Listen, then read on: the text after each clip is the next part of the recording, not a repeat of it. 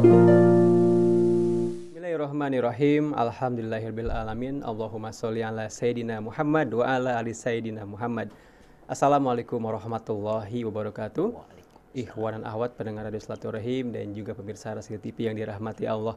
Alhamdulillah kita kembali berjumpa ikhwan akhwat di Senin pagi hari ini, tanggal 25 Zulhijjah 1445 Hijriah atau tanggal 1 Juli 2024. Acara perlindungan anak bersama Bapak Hamid Patilima yang alhamdulillah telah hadir di studio. Assalamualaikum warahmatullahi wabarakatuh, Pak Hamid. Waalaikumsalam. Apa kabar Bung Fahri? Alhamdulillah sehat. Gimana Pak Hamid, sehat ya? Alhamdulillah sehat. Alhamdulillah. Masih keliling-keliling Indonesia? Baru pulang dari Aceh, lanjut Gorontalo, kemudian ke Samarinda. Nah, baru balik dari Samarinda. Sibuk sekali hari ini Pak Hamid. Jalan-jalan.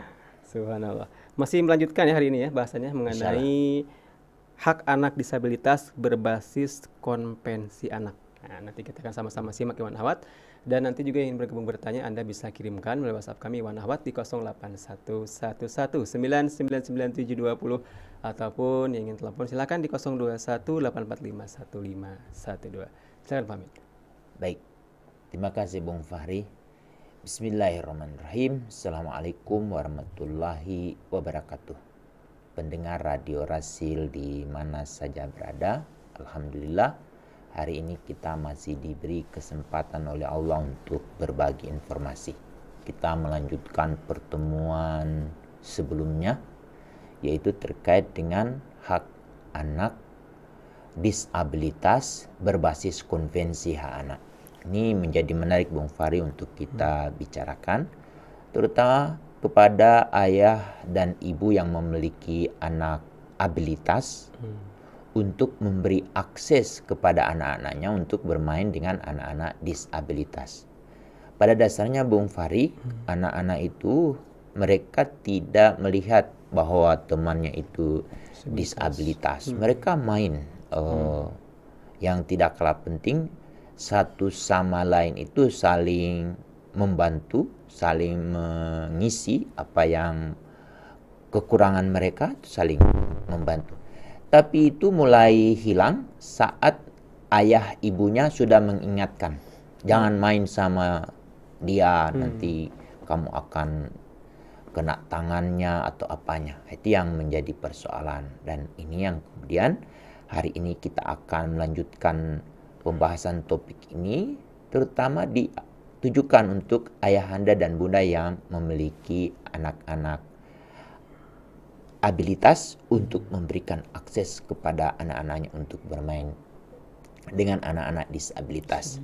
Sebetulnya apa yang dimaksud dengan disabilitas itu, yaitu setiap orang yang mengalami keterbatasan fisik, intelektual, mental, dan atau sensorik dalam jangka waktu yang lama sehingga mereka mengalami hambatan dalam melakukan aktivitas. Ini yang menarik Bung Fahri, sejak Indonesia meratifikasi konvensi hak anak pada tanggal 25 Agustus tahun 1990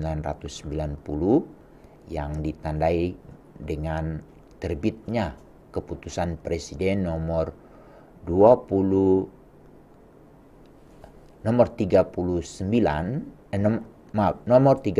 tahun 1990, tepatnya pada tanggal 25 Agustus tahun 1990, Presiden telah meratifikasi konvensi hak anak. Dan salah satu pasal yang mengatur terkait dengan disabilitas itu ada di pasal 23. Nah, coba ayahanda dan bunda ambil konvensi hak anak tersebut dan coba baca baik-baik, dipahami dan dimengerti. Yang tidak kalah penting itu Bung Fahri, sejak tahun 1999 Presiden B.J. Habibie menerbitkan Undang-Undang Nomor 39 tahun 1999. Itu ada di satu pasal yang menarik untuk kita coba dalami bersama-sama, yaitu pasal 54. Di pasal 54 Undang-Undang nomor 39 tahun 1999 tentang hak asasi manusia, di sana dinyatakan bahwa setiap anak yang disabilitas, itu dulu kalau di redaksinya menggunakan kata cacat karena belum ada undang-undang yang terbaru. Masih tahun 99 itu menggunakan kata cacat, tapi belakangan itu sudah menggunakan kata disabilitas. Jadi setiap anak yang disabilitas fisik dan atau mental berhak memperoleh pertama perawatan, pendidikan, pelatihan, dan bantuan khusus atas biaya negara untuk menjamin agar kehidupan anaknya ini sesuai dengan martabat kemanusiaan, meningkatkan rasa percaya diri dan kemampuan berpartisipasi dalam kehidupan bermasyarakat, berbangsa, dan bernegara. Nah, ini poin penting yang perlu kita garis bawahi, Bung Fahri, bahwa anak-anak disabilitas itu seharusnya para orang tua itu harus tahu, dia segera mengkomunikasikan, dan sesungguhnya tenaga-tenaga medis, tenaga kependidikan yang ada di sekitar anak itu harusnya respon dan perlu segera ambil bagian untuk memastikan anak-anak tersebut segera terlayani sehingga mereka mendapatkan pelayanan yang paling utama, itu layanan pendidikan dan layanan kesehatan. Itu yang menjadi hal penting juga untuk kita ketahui, bahwa sejak tahun 1999 sudah ada undang-undang yang mengatur khusus menyangkut anak-anak disabilitas. Itu yang pertama. Yang kedua, Bung Fahri, terutama terkait dengan adanya amandemen Undang-Undang Dasar tahun 2000. Itu Undang-Undang Dasar tahun 1945 itu mengalami perubahan yang kedua. Itu terjadi pada tanggal 18 Agustus 2000. Ada satu pasal penting yang juga harus kita ketahui bersama, yaitu pasal 28B ayat 2. Nah, di sana penekanannya itu setiap anak harus terlindungi dari diskriminasi. Nah, berarti setiap anak, termasuk anak-anak disabilitas, tidak boleh dia mengalami diskriminasi. Kemudian pada tahun 2011 ini ada satu undang-undang yang penting juga perlu diketahui oleh setiap ayah dan bunda di rumah, agar kita lebih care atau lebih peduli lagi kepada anak-anak yang ada di sekitar kita, terutama anak-anak disabilitas. Ada apa dengan tahun 2011 ini? Di tahun 2011 ini, Presiden bersama DPR itu menyetujui Undang-Undang Nomor 19 Tahun 2011 tentang pengesahan Konvensi Hak-Hak Penyandang Disabilitas. Di undang-undang ini yang menjadi menarik, Bung Fahri, dengan diterimanya sebuah konsep, yaitu desain universal. Apa yang dimaksud dengan desain universal itu? Yaitu desain yang nantinya akan diterjemahkan oleh mereka yang berprofesi sebagai arsitek untuk memastikan bahwa di setiap desain mereka itu sudah memperhatikan kebutuhan orang-orang disabilitas. Itu ditandai dengan, Bung Fahri, kalau kita kemana-mana coba mengetahui apakah sebuah gedung atau tempat pelayanan itu sudah ramah anak atau ramah untuk disabilitas, kita lihat ada nggak dia tempat parkir yang di sana tergambar parkir khusus untuk disabilitas. Nah, itu kalau sudah ada berarti itu menjadi catatan pertama. Kedua, ada nggak jalur untuk kursi roda? Kalau sudah ada jalur kursi roda, insya Allah termasuk lansia atau warga senior itu otomatis terfasilitasi. Nah, bagaimana dengan anak-anak? Dan begitu juga yang paling utama adalah disabilitas. Termasuk di sana ibu hamil juga akan terfasilitasi. Lalu yang ketiga ini, tandanya Bung Fori, coba kita lihat di gedung itu ada nggak fasilitas toilet untuk disabilitas. Nah, seperti kalau kita ke Mall Pondok Indah atau ke Bandara Soekarno-Hatta atau di bandara-bandara di mana kita itu mereka sudah ada, sudah lengkap tuh. Nah, tinggal bagaimana dengan di tempat ibu bapak, apakah di kantor kelurahan punya nggak? Kantor kecamatan, kantor bupati atau kantor wali kota, bagaimana dengan kantor-kantor dinas? Nah, di sana kita juga harus pastikan. Lalu bagaimana dengan ruang publik lainnya seperti di ruang bermain anak?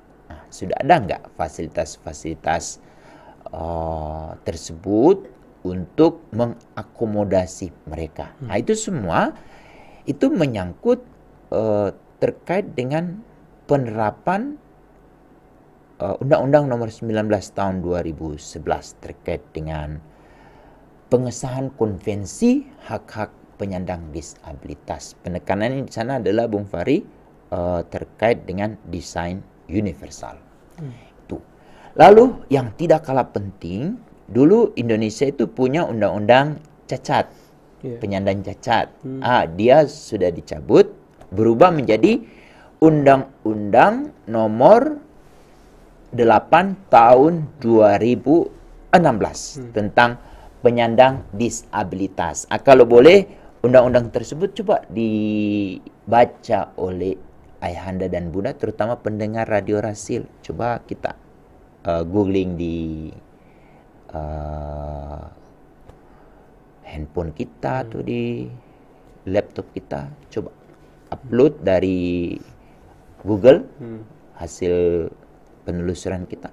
Kemudian kita baca, kita pahami, lalu kemudian itu yang jadi modal kita untuk berdiskusi dengan anak-anak kita.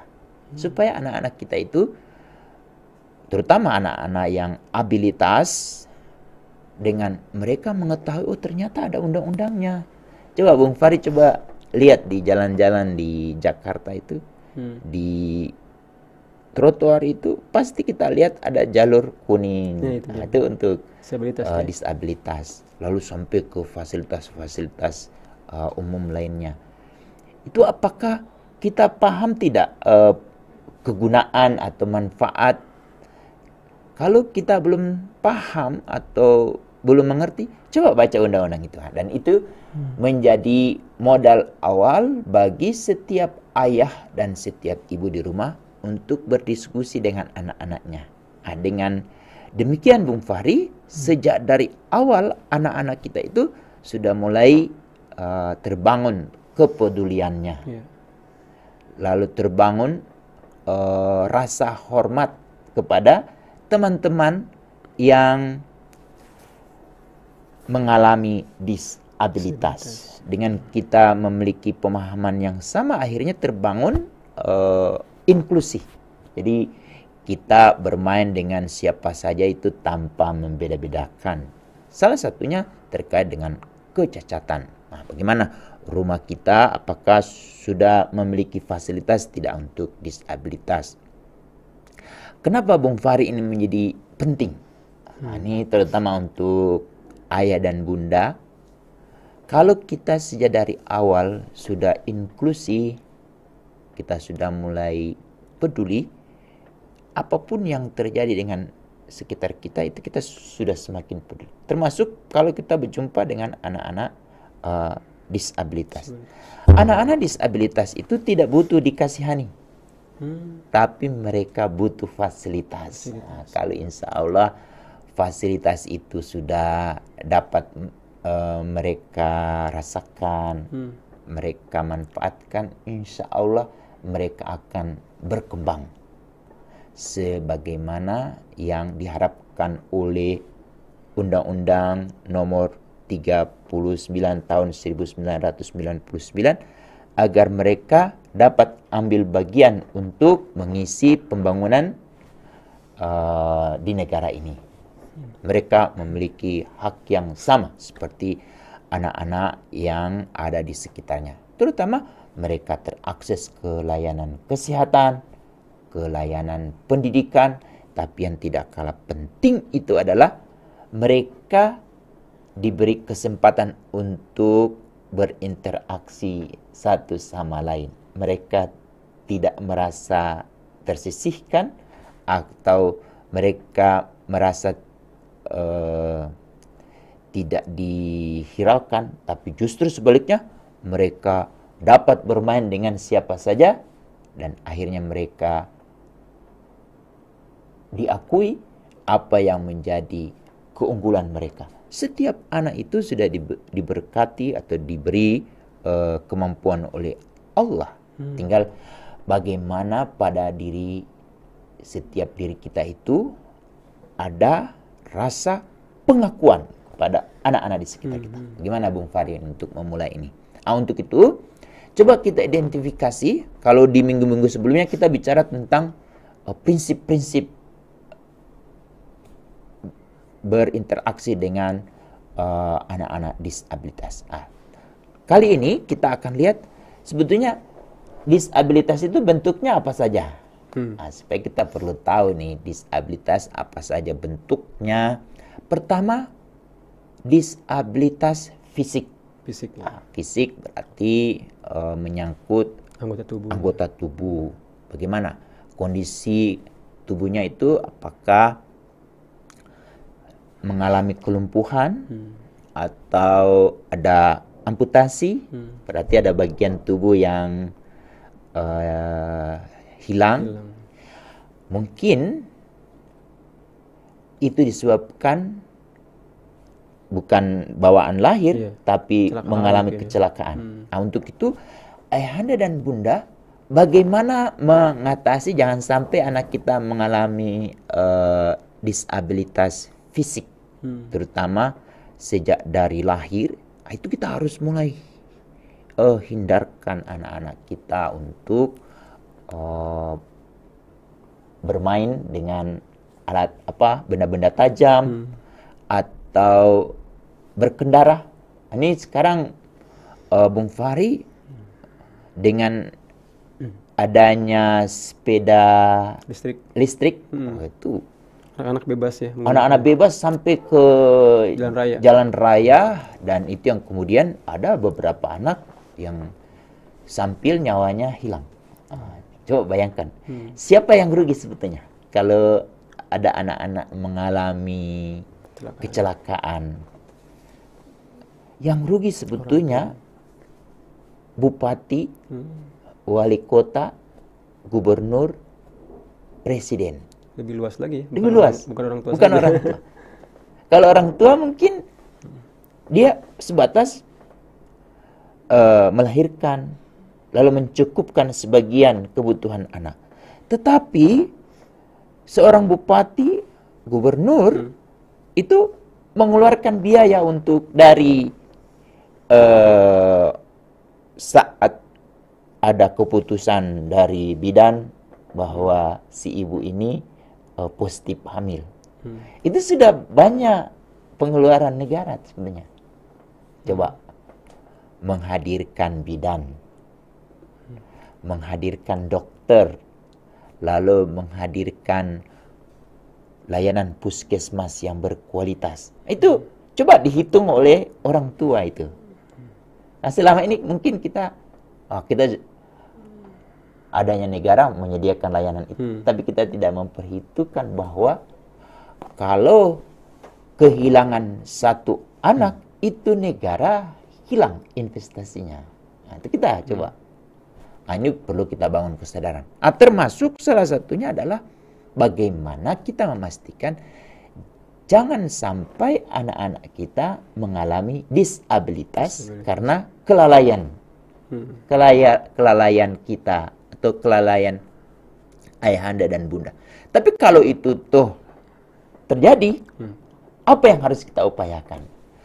Kalau orang tua yang memiliki anak disabilitas, mereka sebetulnya sudah punya komunitas untuk saling bahu-membahu, bagaimana menguatkan diri untuk menerima kehadiran anak mereka. Tapi yang jadi soal, ada yang di sekitar orang tua disabilitas itu, anak-anak disabilitas, di mana orang tua tersebut yang tidak memberi akses kepada anak-anaknya untuk bermain dengan anak-anak disabilitas. Nah, ini yang jadi poin penting ibu bapak.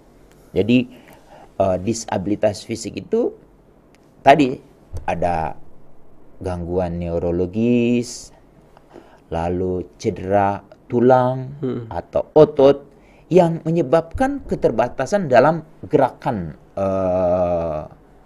atau fungsi fisik. Itu.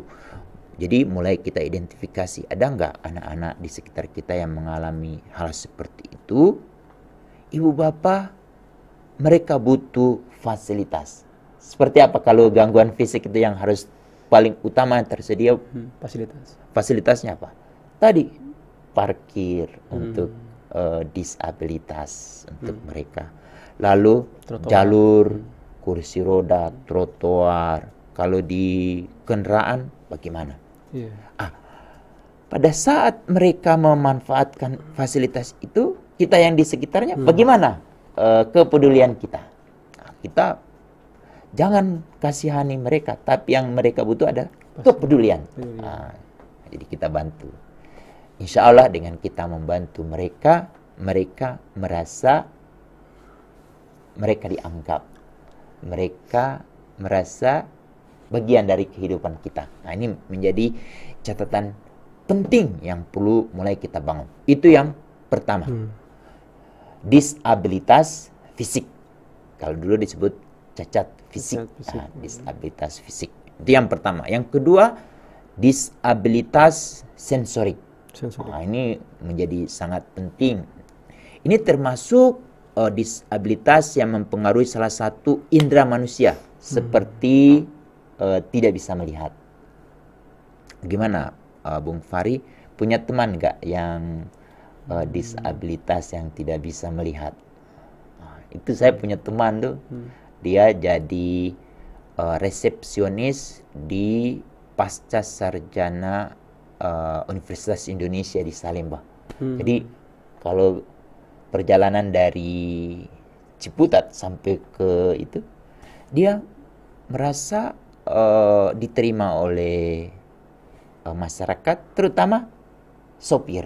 Udah tahu bahwa, tapi apa keunggulan yang disabilitas yang tidak bisa melihat? Mereka itu mengingat semua apa yang ada di sekitar dia dengan cara apa? Memang sudah ada keunggulannya. Mereka memang suaranya agak keras karena itu menjadi salah satu modal supaya mereka dapat berkomunikasi dengan orang lain.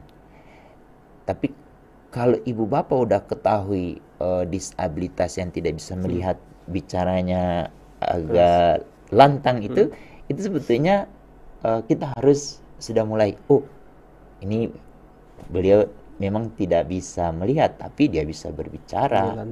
Lantang. Dan ada yang hafiz Quran juga. Dengan cara apa? Baca buku Quran Braille. Sekarang Quran Braille itu di beberapa tempat sudah ada fasilitasnya. Dan di beberapa perpustakaan, terutama di Perpustakaan Nasional. Bung Fahri udah pernah nggak ke Perpustakaan Nasional yang ada di Salemba dan ada di Merdeka Selatan? Itu lengkap. Coba sekali-sekali. Dan di beberapa daerah seperti di Kota Malang, nah, itu ada. Sudah ada.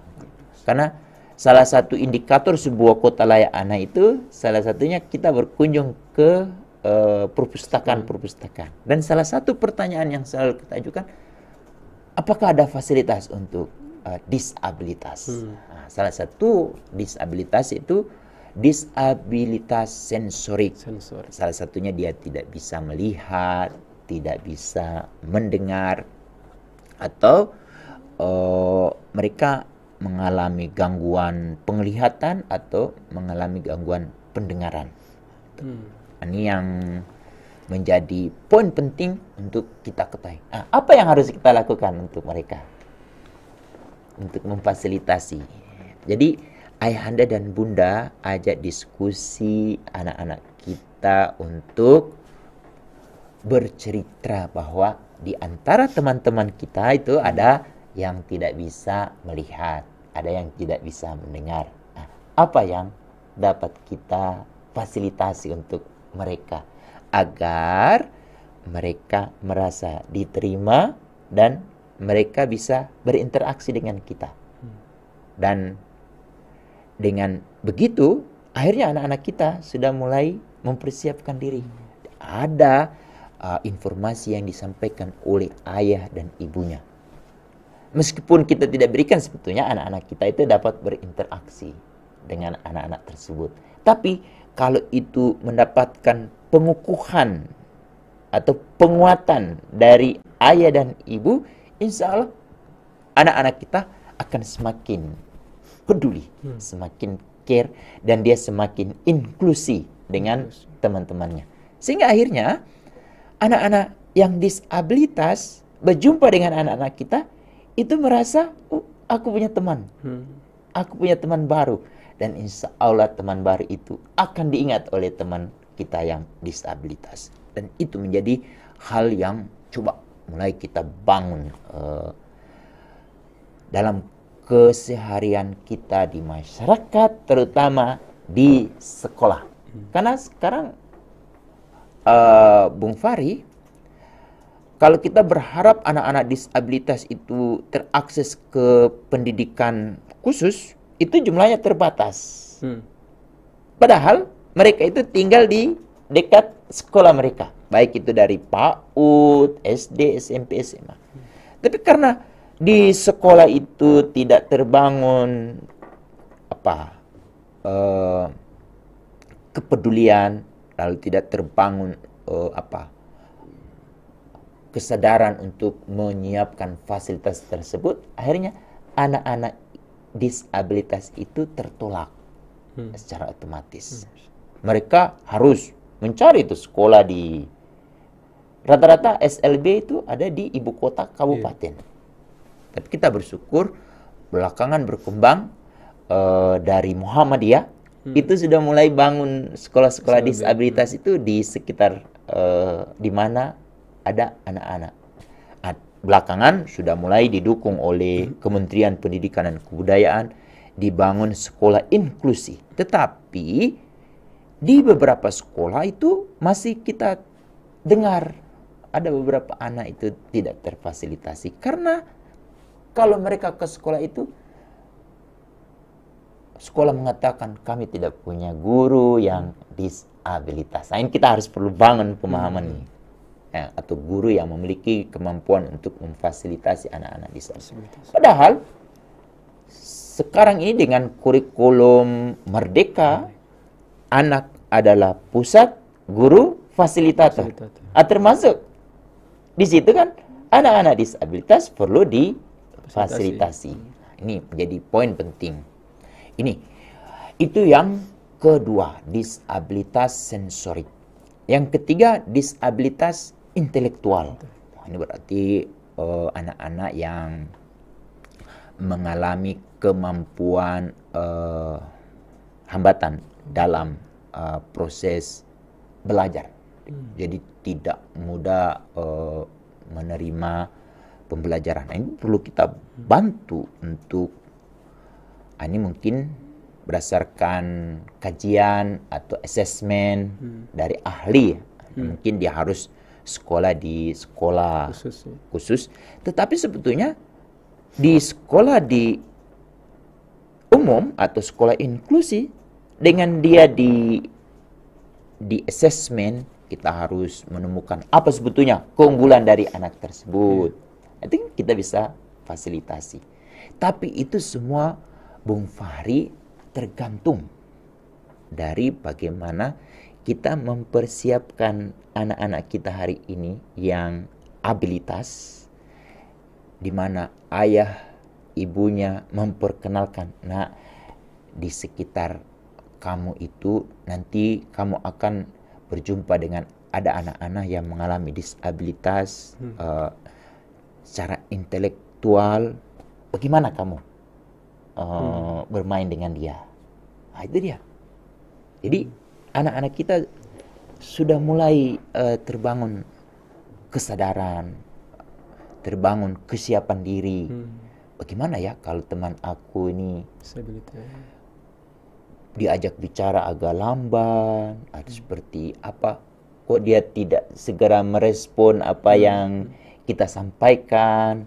Lalu kalau buat PR, kayaknya dia agak lambat, perlu dibantu. Nah, ini kemampuan ini, mau tidak mau kita harus tahu. Seorang ayah, seorang ibu itu harus tahu. Kemungkinan mungkin ada anak kita, tapi sebetulnya bukan itu yang mau kita tuju. Kita mau tuju adalah ayah ibu yang memiliki anak abilitas, supaya mereka sejak dari awal sudah mulai peduli.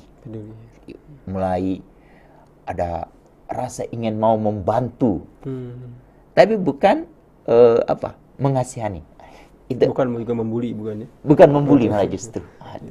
Dengan dia peduli, dia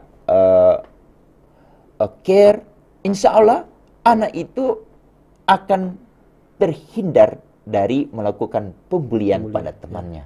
Karena beberapa anak itu juga berani membuli, itu karena ada unsur peran dari ayah dan ibu juga. Mengingat tuh, jangan main dengan ini. Jadi, akhirnya mulai dia mencari. Nah, ini menjadi penting.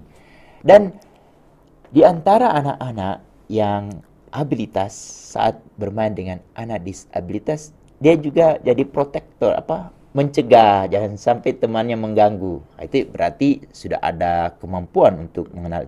Tapi kalau itu sudah didapat informasinya sejak dari awal dari ayah ibu kepada anak-anak kita, insya Allah kita akan menemukan anak kita yang ramah kepada siapapun, termasuk pada temannya yang disabilitas. Itu yang ketiga. Yang keempat ini benar, Bung Fahri, gangguan pengembangan yang seperti ada anak-anak yang autis, anak autis, atau anak-anak yang mengalami gangguan bahasa, atau ada anak-anak yang diseleksia. Anak-anak diseleksia itu, Bung Fahri, kalau kita berbicara dengan anak tersebut, itu harus lihat muka anak yang diseleksia itu, supaya dia mampu membaca gerakan mulut kita. Untuk itu juga berbicara dengan mereka harus pelan-pelan, dan kita berbicara harus jelas sehingga gerakan mulut kita terbaca. Nah, kalau diseleksia itu mereka juga mengalami persoalan.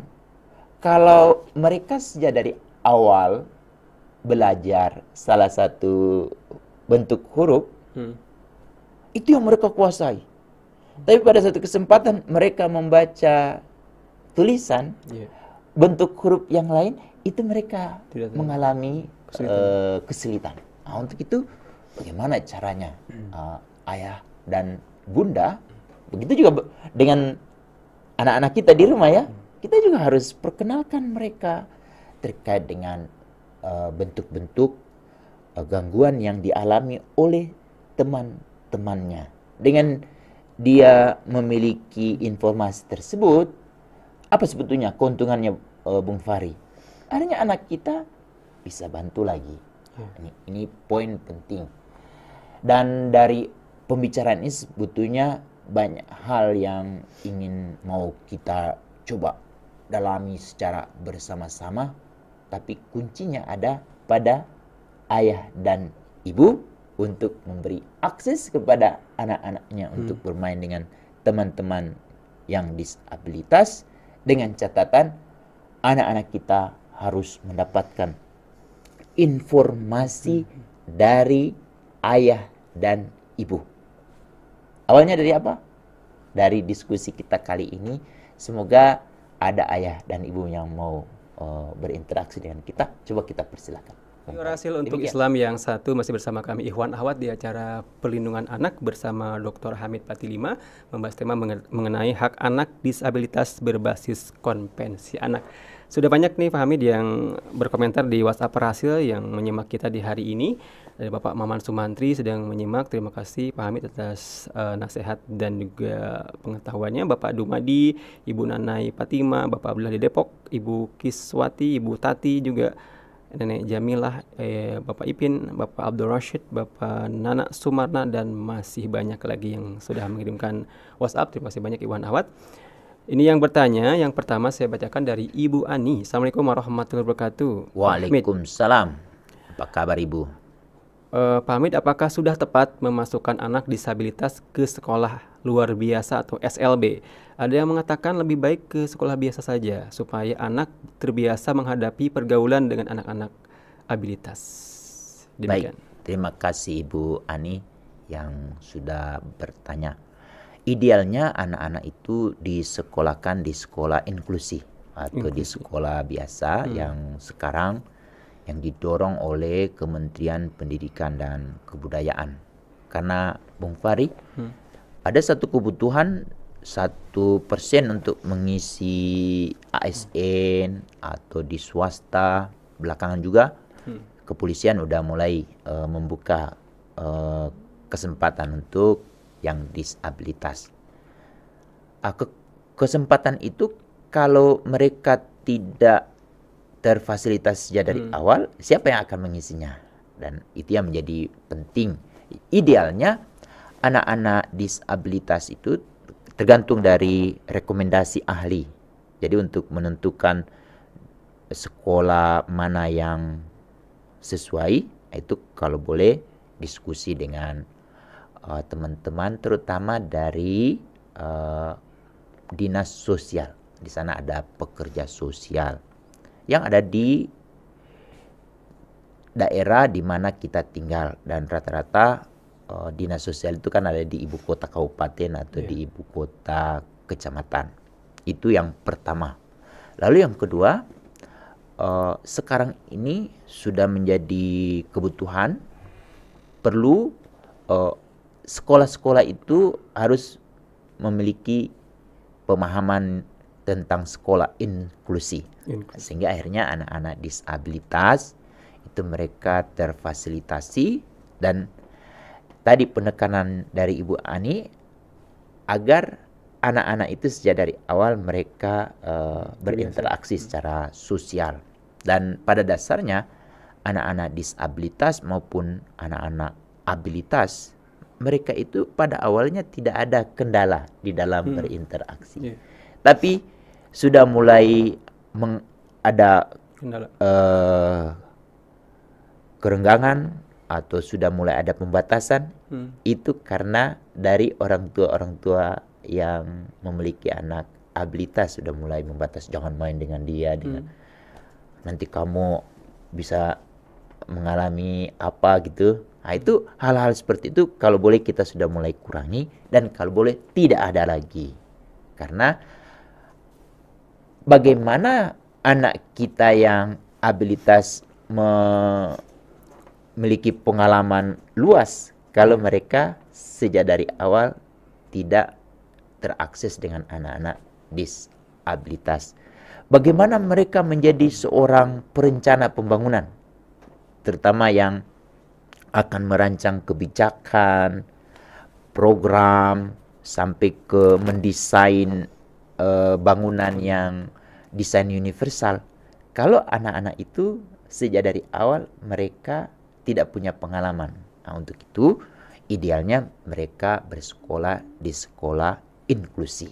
Nah, ini tergantung dari kebijakan di daerah di mana ibu tinggal ya. Nah, berharap semua sekolah-sekolah di sana adalah sudah sekolah inklusi. Tapi kalau toh harus sekolah luar biasa, SLB, itu keputusan terakhir. Tapi yang paling utama sekolah di mana anak itu tinggal. Dan itu sebetulnya sudah dijamin oleh Undang-Undang nomor 39 tahun 1999 tentang hak asasi manusia. Kalau boleh ambil itu di pasal 54 tuh ada tuh. Itu poinnya Bung Fahri. Baik. Tapi dalam proses belajar mengajar itu apakah mengalami hambatan nggak anak disabilitas? Sebetulnya kalau guru yang hebat, ini guru yang hebat ya Bung Fahri ya. Apalagi sekarang kita juga sudah punya kurikulum Merdeka. Tapi sebetulnya itu sudah ada di pasal 29 Konvensi Hak Anak, dan sebetulnya praktiknya itu sudah dimulai sejak zaman Ki Hajar Dewantara. Beliau itu salah satu guru yang menjadi sumber inspirasi Ki Hajar Dewantara itu adalah Montessori, di mana anak itu adalah pusat, guru fasilitator. Jadi misalnya dari 15 murid yang ada di kelas itu berarti ada 15 pusat. Kemungkinan di antara 15 anak itu ada yang disabilitas. Untuk itu apa kekuatannya? Kekuatannya ada di asesmen. Jadi kemampuan guru me-assess anaknya sehingga nanti akan ada sebuah rekomendasi dari hasil asesmen itu apa sesungguhnya yang menjadi keunggulan anak tersebut. Berarti kalau dia sudah terbaca keunggulan itu sebetulnya sangat dekat dengan apa yang menjadi bakat dan minat anak tersebut. Kalau itu berhasil dibaca oleh guru, tinggal dia memfasilitasi. Lalu yang rekomendasi kedua, apa yang perlu mendapatkan perhatian. Nah, tinggal perhatian rekomendasi kita berikan kepada 2 orang, Bung Fahri. Pertama kepada ayah dan ibu di rumah. Misalnya ayah dan ibu, anak ibu memiliki keunggulan di bidang ini. Tapi akan lebih mantap lagi mengurangi apa yang menjadi penghambat atau pengganggu dia. Itu yang disebut yang perlu mendapatkan perhatian. Disitulah orang tua yang nanti akan mengoptimalkan. Misalnya dia disabilitas karena dia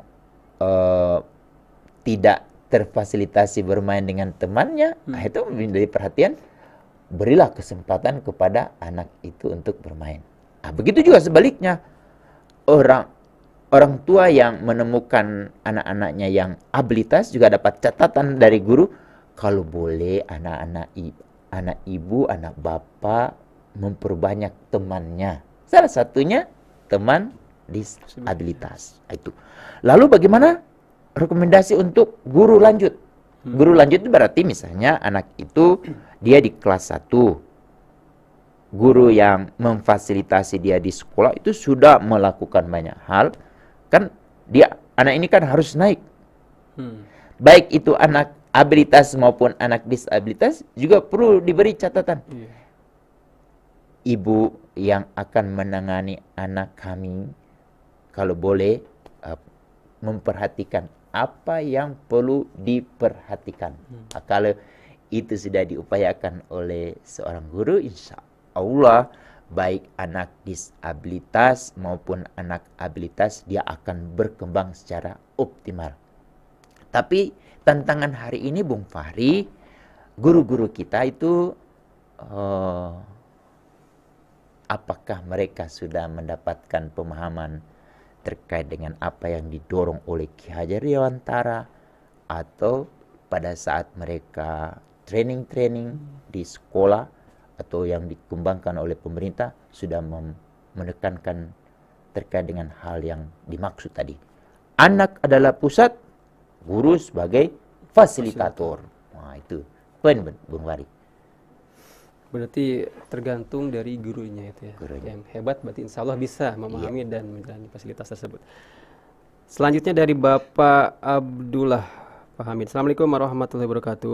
Waalaikumsalam. Apa kabar Pak Abdullah?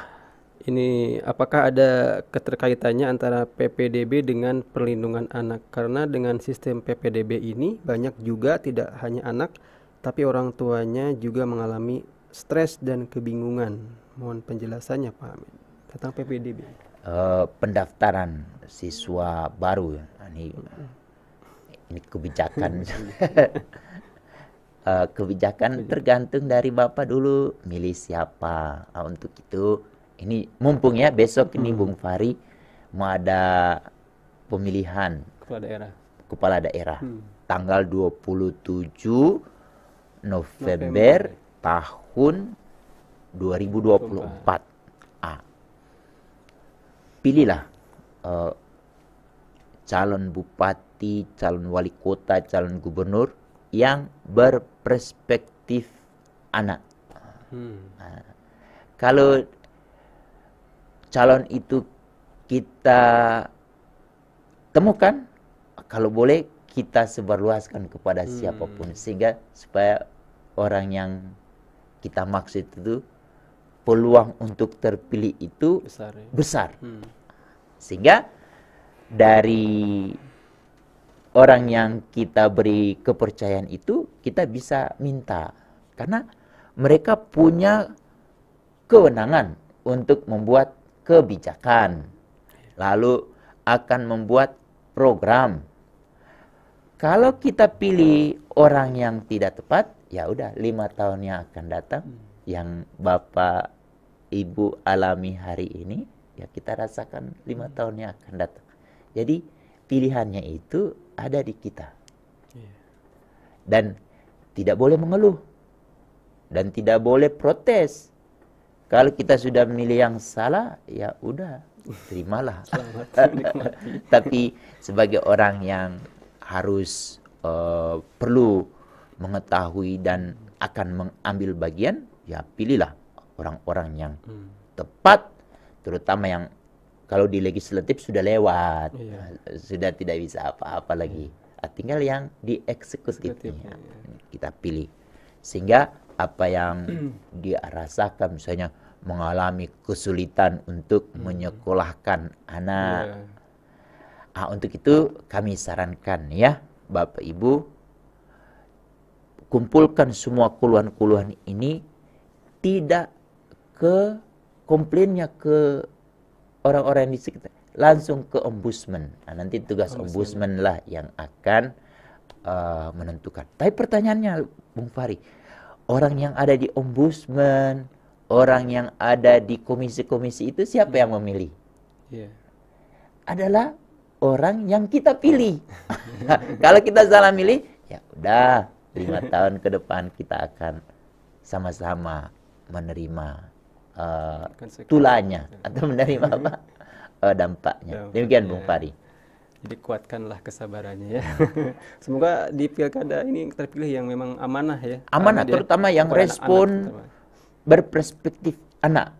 Kalau berperspektif anak itu, ini Bung Fahri ya bayangannya, insya Allah calon kita itu akan peduli kepada setiap orang tua yang memiliki anak untuk memprioritaskan lapangan pekerjaan.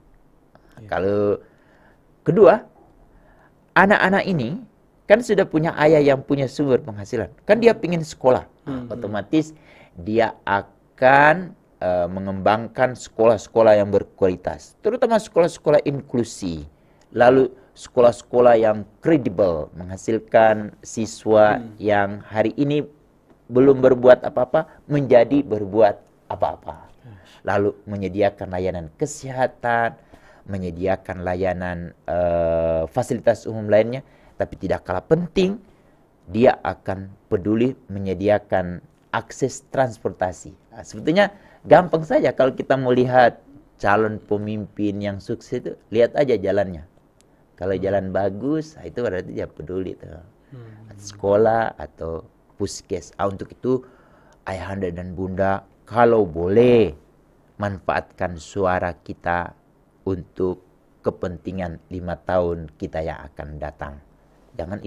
Untuk itu jangan mudah untuk terima serangan fajar atau sogokan. Itu kita bisa rasakan, Bung Fahri, saat pemilihan kepala desa, salah milih kepala desa, udah 8 tahun menderita. Lebih lama lagi. Lebih lama lagi. Demikian.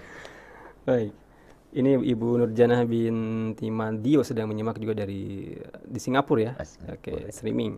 Di UPMI juga berkomentar sedang menyimak. Saya punya keponakan yang memiliki autis ini. Gitu aja komentarnya. Jadi yang autis itu sekolahnya bisa bersatu dengan inklusi itu bagaimana? Idealnya menyatu dengan Menyatu ya? anak-anak yang abilitas. Tergantung dari guru yang memfasilitasi. Keuntungannya sekarang itu guru-guru menjadi fasilitator. Bagaimana memfasilitasi. Tapi kalau masih klasikal, ya udah tidak mengalami kemajuan. Dan yang stres nanti gurunya juga. Masya Allah. Beralih ke pertanyaan selanjutnya dari Bapak Hadi di Sukabumi. Assalamualaikum warahmatullahi wabarakatuh, Pak Hamid. Waalaikumsalam warahmatullahi wabarakatuh. Apakah kota layak anak itu juga termasuk kota layak untuk anak-anak yang disabilitas? Ya, pertanyaan menarik dari Pak Hadi di Sukabumi. Kabupaten Sukabumi dan Kota Sukabumi itu menjadi salah satu kabupaten kota yang layak anak. Yang kategorinya berbeda-beda. Yang unggul di Jawa Barat sekarang itu di Kabupaten Sukabumi. Oh, justru paling unggul. Karena bupatinya dan yang paling utama juga ibu bupatinya yang banyak bergerak.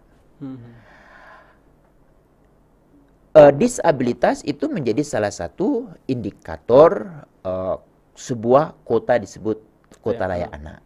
Itu salah satunya terukur di infrastruktur. Pertanyaan ke Pak Hadi, coba Pak Hadi keliling. Kalau Pak Hadi tinggal di kota berarti keliling kotanya dengan memasukkan satu unsur terkait dengan infrastruktur.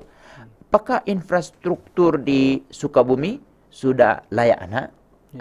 Ukuran layak anak itu sangat sederhana.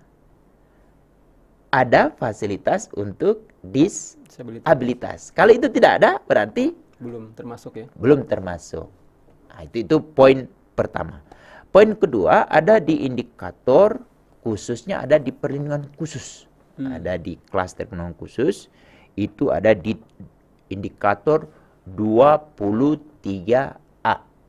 Itu memastikan anak-anak disabilitas itu mendapatkan layanan pendidikan, layanan kesehatan, layanan lain, termasuk kalau mereka sampai menjadi korban atau pelaku tindak pidana, itu mereka dapat bantuan. Terutama itu ada penekanannya di indikator 24A, anak yang berkonflik dengan hukum. Itu salah satu pertanyaannya, kalau misalnya ada anak disabilitas yang menjadi pelaku, apakah mereka mendapat bantuan hukum secara khusus? Tidak. Itu poinnya. Tapi itu semua kalau kita ingin tahu apakah kabupaten kita layak anak atau tidak, tanya kepada anak itu sendiri. Kalau mereka bilang mana layak anak, itu berarti itu jawaban asli. Dan itu sudah diatur di dalam pasal 24 Undang-Undang nomor 35 tahun 2014. Penekanannya, negara, pemerintah daerah menjamin suara anak didengar sesuai dengan usia dan kecerdasannya. Ya, tinggal kita tanya kepada mereka. Kalau mereka bilang, oh iya, di sekolah kami sekarang loh guru-guru ramah sekali. Itu berarti kita beruntung di daerah kita sudah memiliki sekolah ramah anak. Kalau sudah sekolah ramah anak, itu berarti dia juga ramah untuk disabilitas. Itu kita bisa temukan seperti yang ada di kota Surabaya. Surabaya itu sudah ada. Kalau di kota Surabaya, semoga ini ada di Sukabumi, yaitu rumah anak prestasi. Itu isinya anak-anak disabilitas yang difasilitasi oleh wali kota. Jadi ada yang fotografer, ada yang musik, ada yang gambar, ada yang menghasilkan karya-karya yang itu semua bernilai ekonomi. Iya. Dan itu ditandai oleh apa Bung Fari? Waktu saya ke Surabaya, itu mereka rata-rata udah punya rekening. Rekening rekening itu terisi karena produk-produk yang mereka hasilkan itu dijual. Dan itu difasilitasi melalui rumah anak prestasi. Berharap nanti di kabupaten atau di kota Sukabumi itu ada fasilitasnya, dan di kabupaten kota lain. Tergantung dari siapa Bung Fari? Kepala daerahnya. Waktu memilih kepala daerah. Pilihlah calon-calon kepala daerah yang tidak hanya jual investasi apalah, tapi penekanannya bagaimana dia berperspektif terhadap anak-anak. Insya Allah. Ini pertanyaan yang terakhir ya Pak Hamid. Ya. Terakhir karena waktu juga. Ini dari hamba Allah. Assalamualaikum warahmatullahi wabarakatuh Pak Hamid. Waalaikumsalam warahmatullahi wabarakatuh. Ini bagaimana menghadapi orang yang disabilitas yang sudah dewasa tapi diterlantarkan oleh keluarganya? Kemana kita harus melaporkan atau memberikan pertolongannya? Demikian Pak Hamid. Baik, terima kasih ayahanda yang atau bunda yang telah bertanya. Kalau kita menjumpai ada anak-anak atau orang dewasa yang disabilitas mengalami keterlantaran, hari ini Indonesia sudah memiliki Komisi Nasional Disabilitas. Itu ada berada di kota, ada di Jakarta. Buka di Google aja. Komisi Nasional Disabilitas Republik Indonesia. Itu mereka yang diangkat oleh Presiden untuk memperjuangkan mereka-mereka yang mengalami disabilitas. Itu yang pertama. Yang kedua, kita bisa menghubungkan dengan dinas sosial terdekat. Atau kalau susah, gunakan nomor telepon. Nah, ini coba bisa di WhatsApp 0814 kali 29129. Itu kalau terakses ke sana, tugas dari nomor telepon itu sebetulnya menangani perempuan dan anak. Salah satu orang-orang yang mengalami kerentanan itu adalah yang disabilitas. Dan itu salah satu yang dapat dilayani. Nomor itu akan melindungi kerahasiaan dari yang melaporkan, dan insya Allah nomor itu akan segera mendistribusikan ke siapa nih yang harus berwenang untuk menangani, dan akan masuk ke dinas PPA provinsi, kabupaten kota. Dari situ mereka punya tim yang otomatis terakses dengan dinas sosial. Dan insya Allah kalau itu terinformasikan ke mereka, kita tinggal tunggu layanan dari mereka. Tergantung lagi. Mereka-mereka yang di daerah itu juga bekerja tergantung siapa bosnya, siapa pemimpinnya. Kalau bupati, wali kota, kalau sekarang kan banyak PJ-PJ-nya nih. PJ-PJ. Nanti tanggal 27 November tahun 2024, jangan salah pilih ya. Pilihlah orang-orang yang peduli kepada 4 orang, ya, kepada anak, kepada disabilitas, kepada perempuan, dan kepada warga senior, atau hari ini kita kenal dengan lansia. Kalau 4 orang ini ada di visi misi bupati yang atau wali kota atau gubernur, kalau boleh dia diperjuangkan supaya terpilih, mendapatkan suara yang banyak. Kalau kita tidak ambil bagian, ya udah 5 tahun yang akan datang, Bapak Ibu lapor kok nggak ada respon. Iya. Kan kepala-kepala dinas itu siapa yang menunjuk, Bung Fahri? Bupati, wali kota. Kalau mereka sejak dari awal tidak menerjemahkan apa yang diharapkan oleh bupati wali kota terpilih, ya udah. Itu poinnya, Bung Fahri. Kesadaran ini perlu kita harus bangun, terutama terkait dengan pembicaraan kita hari ini, terkait dengan hak anak disabilitas berbasis konvensi hak anak. Apa yang ingin kami tekankan, terutama ayah dan ibu yang memiliki anak abilitas, agar memberikan akses atau kesempatan kepada mereka untuk berinteraksi dengan anak-anak disabilitas.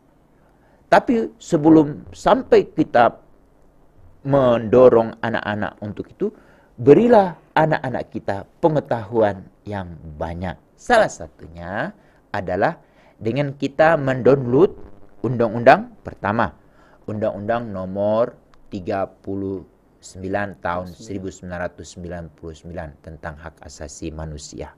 Yang kedua, Undang-Undang nomor 19 tahun 2011 tentang konvensi penyandang konvensi hak-hak penyandang disabilitas atau orang disabilitas. Lalu yang ketiga, Undang-Undang nomor 8 tahun 2016 tentang penyandang disabilitas. Insya Allah dengan 3 undang-undang ini lalu diperkuat dengan konvensi hak anak, terutama pasal 23, lalu kemudian yang terakhir pasal 28B Undang-Undang Dasar tahun 1945. Setiap anak berhak terlindungi dari diskriminasi. Insya Allah dengan itu ayahanda dan bunda berdiskusi dengan anak-anak kita supaya mereka siap untuk berinteraksi dengan temannya, dan insya Allah kita akan menemukan anak-anak kita akan semakin peduli, care, dan mau memfasilitasi teman-temannya yang disabilitas, terutama anak-anak kita akan mengakui apa yang menjadi keunggulan dari teman-teman mereka. Dengan demikian, anak-anak disabilitas akan muncul harga diri dan otomatis kepercayaan diri dia akan semakin tinggi sehingga mereka dapat ambil bagian untuk mengisi pembangunan negara ini. Demikian, semoga apa yang kita bicarakan hari ini bermanfaat. Kita bermohon kepada Allah, semoga kita diberikan cahaya yang hari ini sudah lembut, semakin lembut lagi. Demikian, Assalamualaikum warahmatullahi wabarakatuh. Waalaikumsalam warahmatullahi wabarakatuh. Demikian Iwan Ahwat, perlindungan anak bersama Dr. Hamid Patilima mengenai hak anak disabilitas berbasis konvensi anak. Semoga apa yang disampaikan bermanfaat kita semuanya. Saya yang bertugas, Pak Fahri ditemani Atep dan juga Alginur pamit. Subhanakallahumma bihamdika asyhadu an la ilaha illa anta astaghfiruka wa atubu ilaik. Assalamualaikum warahmatullahi wabarakatuh.